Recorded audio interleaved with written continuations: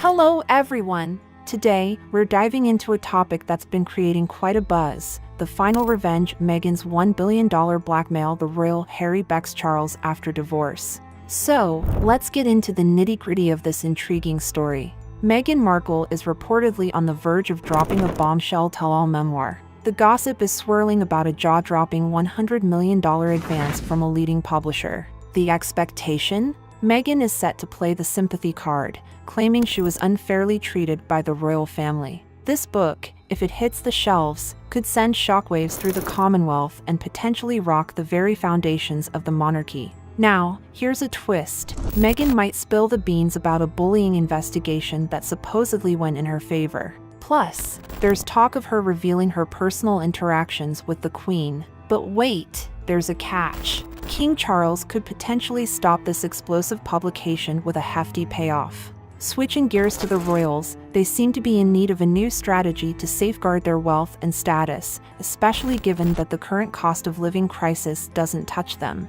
But let's not forget Harry and Meghan's sinking credibility. With all the controversies, their public image has taken a nosedive to rock bottom.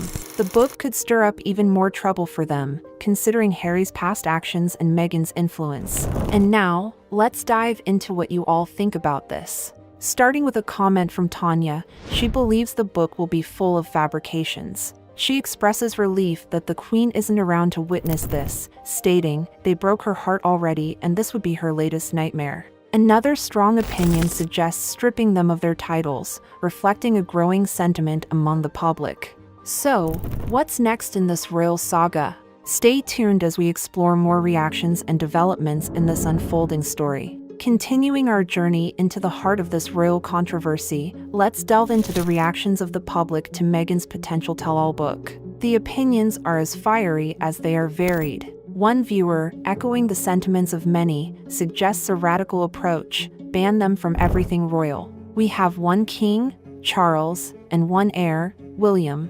That's it. This reflects a growing call for Harry to be distanced from his royal roots, even going as far as changing his surname. There's also a strong sense of empathy for King Charles. One comment reads, "I'm very sorry for King Charles, but he also must cut Harry off as son and in his will." This opinion, shared by many, underlines the perceived need for Charles to assert his authority as king and protect not just the royal family, but also the UK and its citizens overseas. The notion of Charles succumbing to potential blackmail has sparked diverse opinions. Rosemary confidently states, "She will never win. Charles will not give in to blackmail." This sentiment, however, is met with skepticism by others. Adeline, for instance, counters with, "Don't be too confident. Charles is weak. He might give in." Yet, there's a belief that with support from figures like Camilla and William, Charles might stand firm. Then there's Sharon's take: if the king pays her any money, it will open the floodgates for endless demands. She suggests that any payment to Meghan could be a grave mistake, advocating instead for a legal battle should the book materialize. These comments paint a picture of a public divided, with strong opinions on every aspect of this unfolding saga. What will be the next twist in this royal tale? Only time will tell. Let's keep the conversation going about Meghan's rumored tell-all book and the tidal wave of public opinion it's generating. The debate is heating up with views ranging from legal action to personal rebukes. One viewer, Sharon, passionately hopes the royals will sue the pants off of her if Meghan goes through with her book. This idea resonates with many who see legal action as the appropriate response to any potential slander. Polo raises a pointed question: why should the father-in-law pay her money? He's not the one married to her. This sentiment is echoed by others who question the logic behind any financial settlement with Meghan. Pola suggests Harry should consider annulment, comparing Meghan to a con artist, a view shared by many.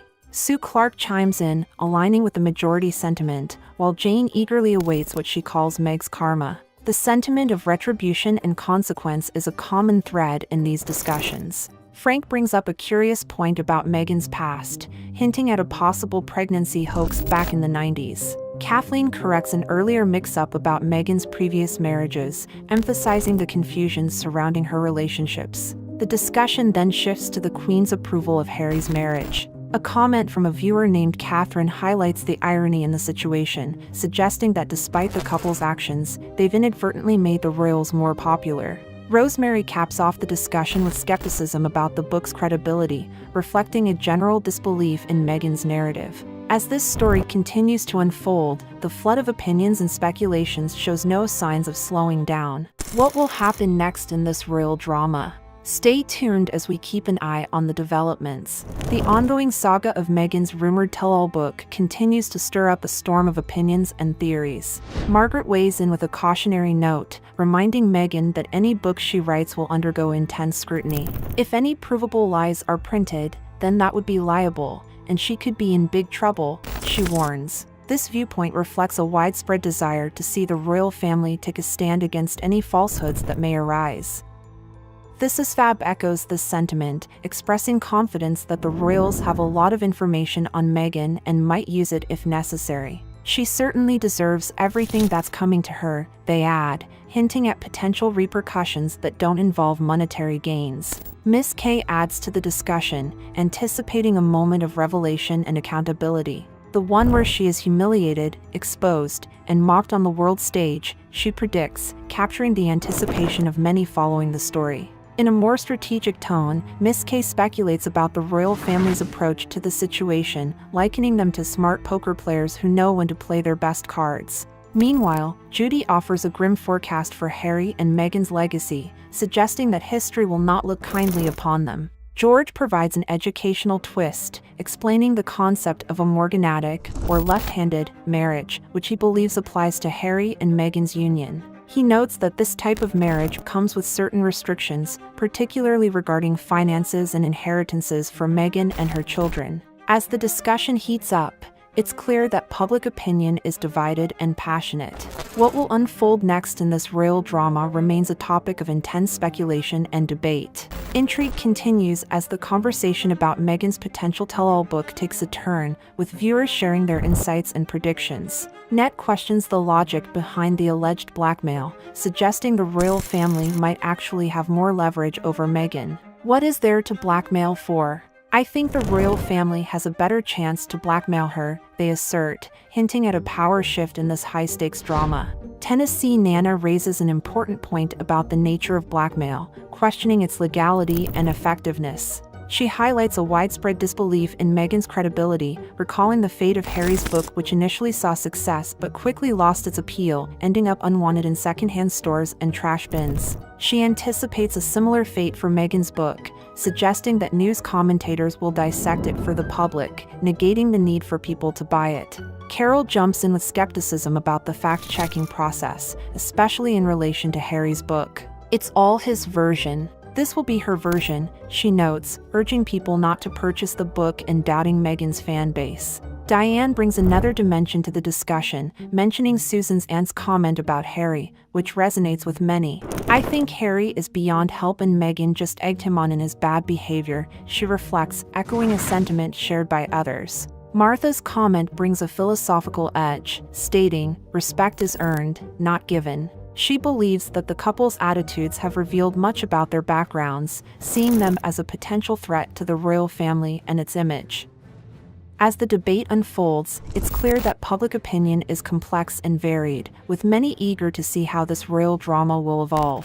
What new developments will emerge in this captivating story? The anticipation continues to build. As the conversation about Meghan and Harry's saga with the royal family continues, the opinions and theories from the audience become more intense. Martha suggests a drastic measure, urging King Charles to strip the couple of their titles. King Charles, don't think too much. Release them. Don't stress. Don't let them dictate. God save the king, she advises, emphasizing a need for decisive action from the monarch. Miss K then presents a rather dark theory, speculating that Meghan might accuse her father and brother of sexual assault as a justification for ghosting them, and implicating Samantha for her silence. You can't prove a negative, so the Markle men will be able to do nothing, she points out, predicting a surge in attention and talk show appearances for Meghan, potentially elevating her status as a feminist icon. Paula, on the other hand, questions the seriousness of these speculations with a dismissive tone.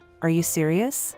Who cares? She then throws in a rhetorical question about the financial dealings in Meghan's past marriages. Kim agrees with the previous comments, reflecting a consensus among many viewers. Darla brings humor into the mix, laughing off the idea of $1 billion demand from Meghan. She also questions the logic behind reports suggesting Charles must pay for Harry's supposed divorce child support, highlighting a common confusion in the ongoing narrative. The thread of comments captures a range of emotions and perspectives, from serious advice to speculation and humor. As this royal controversy unfolds, it's clear that public opinion is deeply divided, with many eagerly awaiting the next chapter in this ongoing drama. Delving deeper into the Meghan and Harry saga, the audience's comments offer a fascinating mix of opinions and insights. Darla's pragmatic approach stands out, as she points out a key legal fact: in-laws are not responsible for you. This simple yet powerful statement suggests King Charles is unlikely to succumb to any financial demands in this family drama.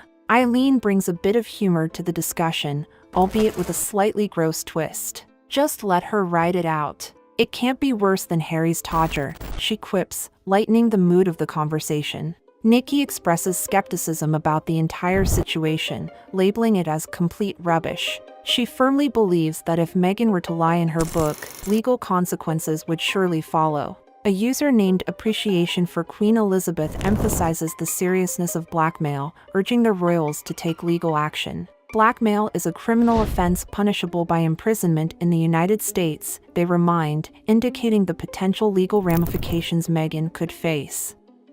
Victoria voices her distrust in any book authored by Markle, and also shares her thoughts on Harry's memoir Spare, attributing his actions to his upbringing. He is spoiled and wasn't brought up as a royal like William was, she asserts, adding a nod to Diana's parenting style. Chris weighs in, portraying Meghan as someone who always aims to outshine others but often falls short. Anything the Harklot comes up with always is bigger and better than anything else, he states, implying that the royals' fate rests in King Charles's hands. These comments reflect a broad spectrum of views, ranging from legal perspectives to personal opinions on the character and motivations of the key figures in this royal controversy. As the story continues to unfold, the audience remains keenly engaged, each bringing their unique perspective to the table. In the midst of the ongoing royal saga, the audience continues to share their thoughts with a mix of humor, skepticism, and concern, and brings a practical perspective to the table, suggesting, "Let Harry pay out of his own money."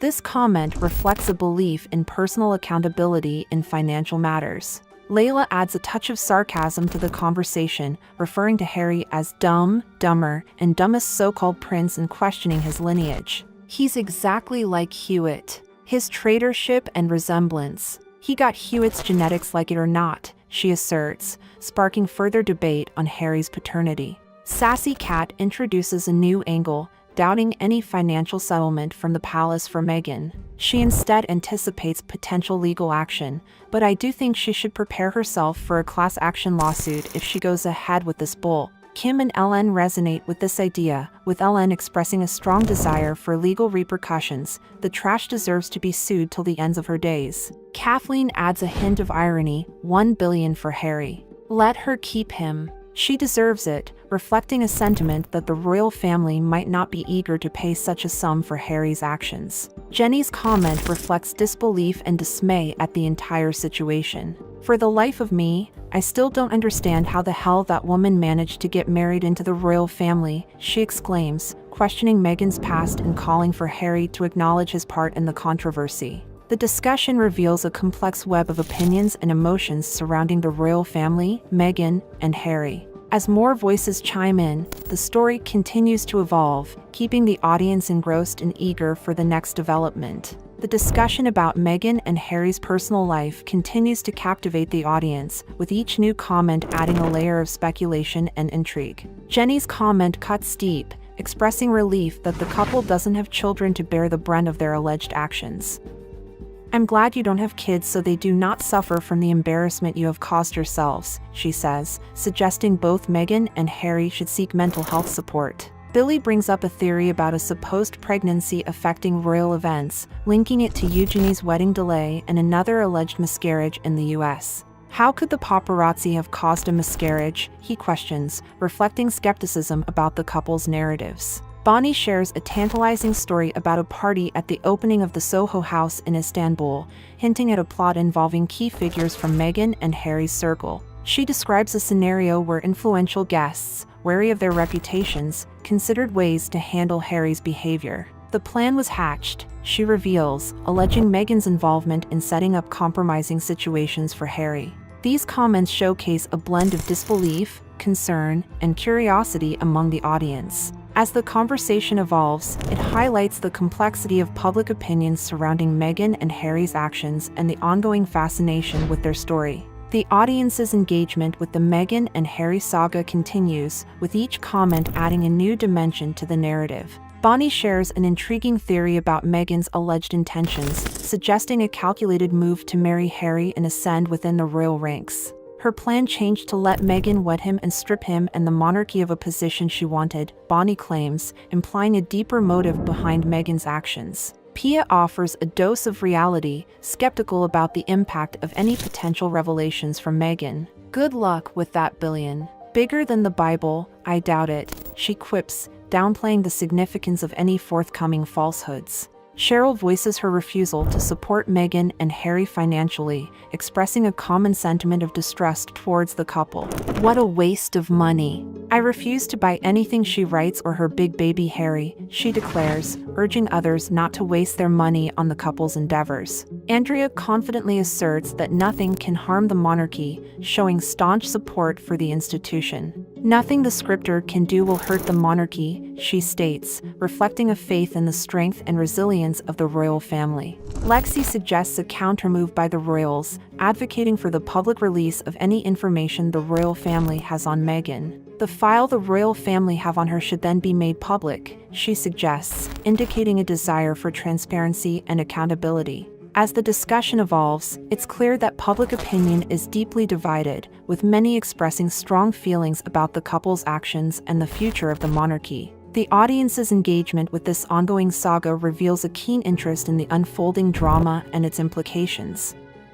Continuing the lively discussion about Meghan and Harry, the audience's comments showcase a range of emotions, from skepticism to outright disbelief. Lexi's comment is particularly striking, as she calls for transparency regarding Meghan's past. "The witch needs to be exposed for the awful things she has done throughout her life," she says, also questioning the legitimacy of Meghan's charitable activities. "Her charities are all to support herself. We figured that out a long time ago." Then, offering a contrasting viewpoint, Rich Manhattanite expresses admiration for Meghan and her work. "I love Meghan and I love buying her books," he states, also finding humor in the situation by mentioning Andrew and his tarnished princess daughter. Connie's remark reflects a common sentiment among those skeptical of Meghan. "She is out of her mind. She is pure evil," Connie says, believing the royal family has enough evidence to counter any of Meghan's claims. Amari sums up the conversation with a concise observation, "My goodness, she's more unhinged than Harry," reflecting the intense scrutiny and skepticism surrounding Meghan's actions and motives. This range of opinions from the audience illustrates the depth of interest and the varied perspectives on Meghan and Harry's situation. As the story continues to unfold, the audience remains deeply engaged, each bringing their own views and interpretations to the ongoing saga.